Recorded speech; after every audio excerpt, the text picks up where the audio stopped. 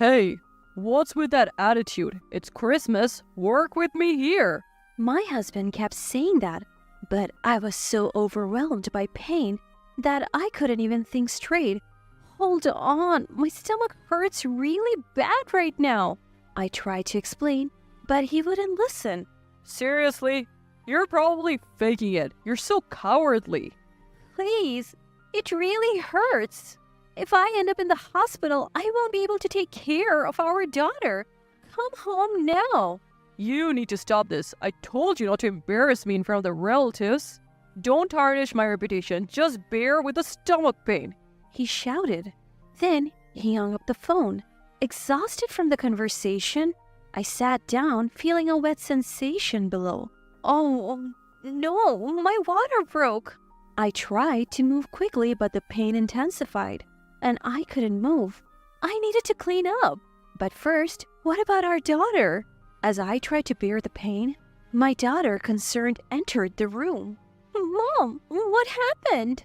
My name is Emily, a 35-year-old office worker. I live with my husband Henry, also an office worker, and our daughter Lily, who's in the 3rd grade.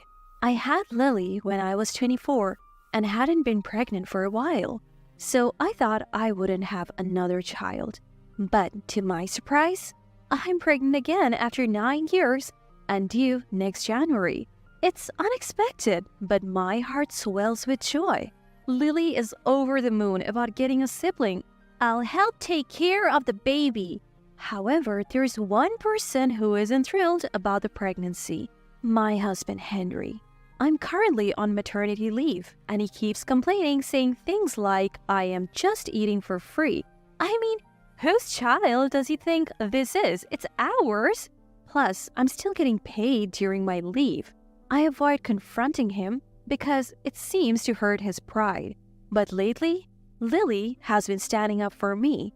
She's a great communicator, and she often leaves Henry speechless. Mom's taking a break because she's having a baby. Giving birth is tough, and you wouldn't understand, Dad. She's been doing housework even while pregnant. Why are you being so mean to her? Henry, flustered and embarrassed, often retreats to his room with a red face. Thanks to Lily, I've been spared from Henry's snide remarks. She's been reading books about pregnancy and childbirth with me, and I'm proud of how smart she's become. Still, I feel guilty for letting her witness our arguments. She would prefer if we got along after all. I have been diligent with housework, partly out of guilt towards Henry, who's always working, but then something happened. Henry loves his childhood home and often goes back for holidays and other occasions. If he went alone, I wouldn't mind, but he always insists I come with him, saying, It's a wife's duty. Don't embarrass me in front of the relatives. Saying things like that ignores my feeling and takes me away. It's a 6-hour drive to his parents' house, so we always stay overnight. My in-laws were considerate, suggesting, it must be hard to come every time. Let's just gather for Christmas. However, Henry would insist. Don't you care about the home I grew up in? Just because we value your parents' home doesn't mean we have to go back every time. It might be a bit much to visit so often, don't you think? I tried reasoning, but he would argue, It's the home I grew up in. Showing up with my wife and kids is a way to honor my parents. Are you trying to prevent me from doing that? There were many times we wouldn't agree. In fact, when our daughter was born, I had high blood pressure from the pregnancy. I collapsed at my in-laws and ended up in the hospital. Yet Henry was adamant about going back at the next Christmas. I just want to stay home this time. We don't know what might happen, I pleaded. Pregnancy isn't an illness. There's no need to worry so much. He would retort, It's not about liking or disliking your family's home. I'm genuinely concerned. I can't believe he expects me to sit in the car for 6 hours with this huge belly. Though I didn't need to be hospitalized this time, I want to rest at home, especially after what happened last time. Please, just listen to me. If something happens, you're the only one I can rely on. Can't you just stay home this Christmas? Even after I pleaded, Henry didn't budge. Instead, he got angrier, his face turning red. You just don't want to go back to my family's home, do you? I have been regularly seeing the doctor and they say everything's fine. I never said I didn't want to go. I'm just genuinely worried. Oh, really? Then you talk to my family about it. With that, Henry started dialing his parents' house. He handed me the phone. Reluctantly, I took it and Ethan answered. Ethan and his wife live with Henry's parents. Since Ethan and his wife are already there, I don't see why we need to visit so often. Hello, Henry. Oh, Ethan, sorry, it's Emily. Oh, Emily, what's up? Ethan, I'm sorry, but with the baby due around Christmas, I was hoping to stay home. Hearing this, Ethan responded, Of course, that's understandable. This is a challenging time for you and you shouldn't have to stress about family obligations. His words, "Take care of yourself," brought tears to my eyes. Ethan continued with comforting words. We should have been more considerate last time. We should have stopped you from coming. No, it was my fault. Don't say that. You're the one going through the most. It's only natural for us to be considerate. Let us know if there is any way we can help. We're excited about the new addition to the family. What a kind person. I couldn't help but vent about Henry. He's insisting we go to his parents' house next Christmas too. Even when I express my concerns about the baby possibly arriving soon, he brushes them off. He even accused me of not wanting to repay his parents' kindness. As I explained, my voice quivered. Ethan asked, Can you put it on speaker and call Henry? What is it, Ethan? Henry, are you seriously trying to bring Emily home for Christmas? Yeah, but she's being stubborn and doesn't want to. Do you even understand why she's hesitant? What? She probably just doesn't want to be around my family. She's being selfish. Ethan's anger was palpable. Have you forgotten what happened last time? What if it happens again? We were genuinely worried when Emily was hospitalized. And now you're just brushing it off? Are you a doctor? The condition she was diagnosed with last time could have been life-threatening for her and the baby. How would you take responsibility if something happened? And making her travel for 6 hours? What if she faints on the highway? How long would it take for an ambulance to arrive? Have you even considered the safety of Emily and the baby? Prioritizing Christmas at our place over the birth of your child is something even a child would understand. It took Ethan's stern words for Henry to finally calm down. Looking at Henry, his face had gone pale. It's unbelievable that he needed such a strong wake-up call. Then Ethan said to me, I am truly sorry for the trouble Henry has caused you. Please accept my apologies on his behalf. Spend Christmas at home and relax. I'll let Mom and the relatives know. After the call, Henry, looking embarrassed, muttered, Ethan worries too much. From now on, I'll consult Ethan whenever Henry gives me trouble. Despite the earlier drama, thanks to Ethan's intervention, I spent the early days of December in peace. But as Christmas approached, Henry began grumbling about not going to his parents' house. Then came Christmas Eve. After finishing the cleaning and Christmas preparations, my daughter and I were relaxing. Suddenly, Henry said, I need to buy something, and left in the car in the afternoon. Night came and he still hadn't returned. He didn't answer my calls. So my daughter and I had our Christmas dinner, sang some carols, and tried to enjoy the evening. Where could Henry be? With that thought in the back of my mind, we had our Christmas cake and spent a peaceful Christmas Eve. The next morning, Christmas Day, Henry still hadn't returned. I wished he would at least contact me. His prolonged absence was concerning. Though we don't live in a heavy snowfall area, accidents can happen. Feeling a mix of irritation and worry, my daughter and I began our meal. Then I received a call from Henry.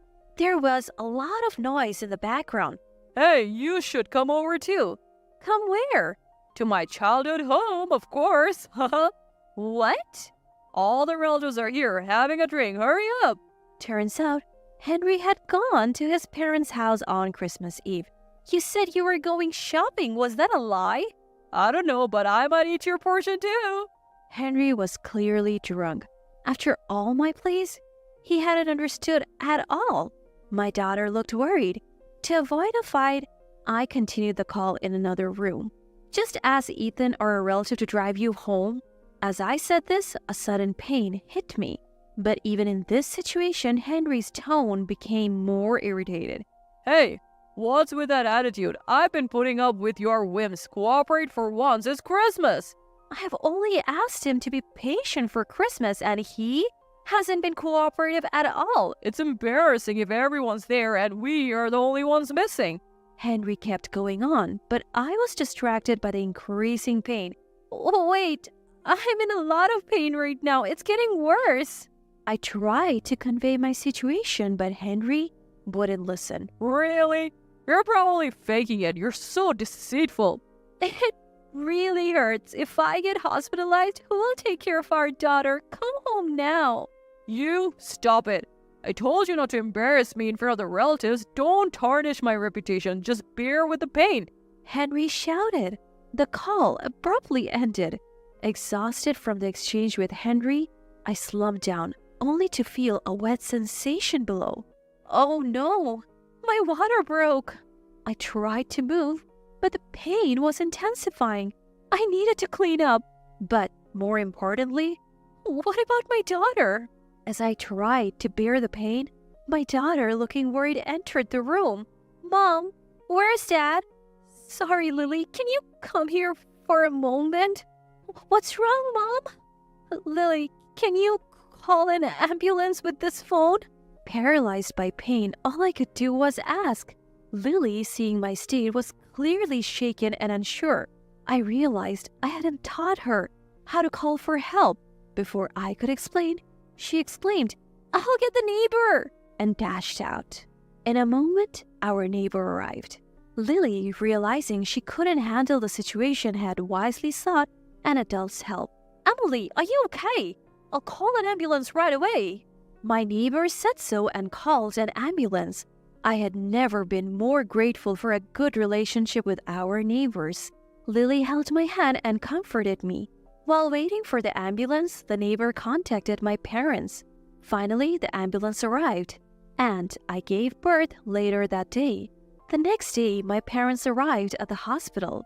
Though a bit premature, it was a healthy baby boy. I tried contacting Henry, but he was unreachable and nowhere to be seen. He only showed up after the new year, brought by Ethan. Ethan came in with Henry.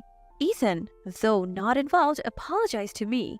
I'm sorry for bringing Henry late. He turned off his phone since Christmas. I didn't realize what had happened to you. While Ethan apologized, the one who should have been sorry, Henry, just sulked. Apparently, my father had been trying to reach Henry's phone, but ended up calling our home phone. Ethan, I appreciate you coming, but I can't stand to see Henry right now. I'm even considering divorce. Upon hearing this, Henry, who had been sulking, looked up in shock. What? You're so audacious. Who are you to talk about divorce? Ethan was taken aback. Hey, Henry, what are you saying? Emily is just exaggerating. She just wants attention. Just then, the door opened. What did you just say? It was my father. Oh, father-in-law. Henry was visibly shaken. My father had just returned from lunch with my daughter. Henry, do you always talk to my daughter like that? No, I mean, answer me. Henry cringes at Dad's angry voice. My daughter was in so much pain and you accused her of faking it? After seeing her now, can you still say that? Enough. She will recover at my house for a while and you won't see her or the baby. Got it? But... Henry seemed to finally grasp the gravity of his actions. Who will take care of me when I'm at work? I take back my earlier thought. He is irredeemable. Do it yourself. Emily worked and took care of the house even before her maternity leave, right? If you're an adult, you can manage. Even as my father scolded him, Henry tried to argue, but Ethan stopped him. I am truly sorry for Henry's behavior. Congratulations on the baby. Though it's late, please accept this gift. Ethan handed over a gift and left with Henry. Dad, I'm sorry for the trouble. When he came to ask for your hand, I thought he was a trustworthy man. After that, I took some time to recover at my parents' house. Thankfully, my daughter was on winter break. After about 2 weeks, I went back to the house where Henry was, accompanied by my father. I left our baby boy and daughter in the care of my mother. Upon arriving home, I was met with the sight of Henry and a messy house littered with trash. It was clear he hadn't cooked. There were piles of fast food and delivery boxes. We sat in the living room, my father joining us, and I began the conversation with Henry. To be frank, I want a divorce, I said, handing Henry the divorce papers. You're serious about the divorce? Henry, can't you even thank or acknowledge me for giving birth? Oh, what? It's natural for a mom to give birth. It's not like you're working. Henry's attitude from the get-go was appalling. My father's expression grew stern. Henry continued with his nonsensical remarks. So, the baby's a boy. Then I don't want a divorce. I've always wanted a son. I'll raise him to be a baseball player. Didn't Ichiro become a star because he practiced with his dad? I want to do that. I was speechless. What did he think of his own child? I don't think Ichiro's dad thought of his son as a tool like you did. Before I could respond, the living room door burst open. I tried to wait patiently, but I can't stand listening to this nonsense anymore. It was my mother-in-law. Henry was taken aback by her sudden appearance. Henry, get a grip. Who do you think allows you to work stress-free? Who takes care of the kids in your absence? Who cooks every meal? Who keeps this house running? It's all thanks to Emily. Look at the state of this house after just 2 weeks without her. You are so ungrateful. Divorce is the only option. Don't trouble Emily anymore. Mother-in-law's outburst left Henry speechless. He signed the divorce papers without further protest. With that, our divorce was finalized. Through a lawyer, I ensured Henry would pay child support for both our daughter and son. As for Henry's current situation, he has been forcibly taken back to his parents' house. There, he's being trained by his mother and Ethan, doing daily chores and cooking.